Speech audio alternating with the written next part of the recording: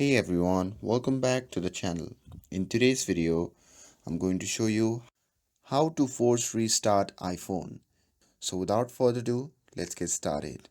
So first thing first, open the settings app on your phone.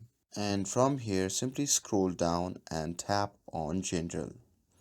Now here, in the general section, you need to simply scroll down to the bottom and tap on shutdown. And it will force restart your iPhone but doesn't delete anything. And also it can help to fix lots of bugs and issues many times. But there is another method to force restart as well. To do that, simply first press and quickly release the volume up button and then press and quickly release the volume down button.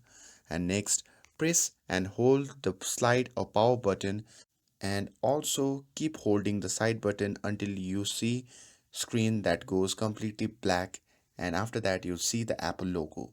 And once you see the Apple logo, you can release the button and your phone will restart. And that's it. That's how you can force restart iPhone. And with this, if you found this video helpful, then don't forget to like, share and subscribe to get updated for more videos. Thanks for watching and I'll see you in the next video.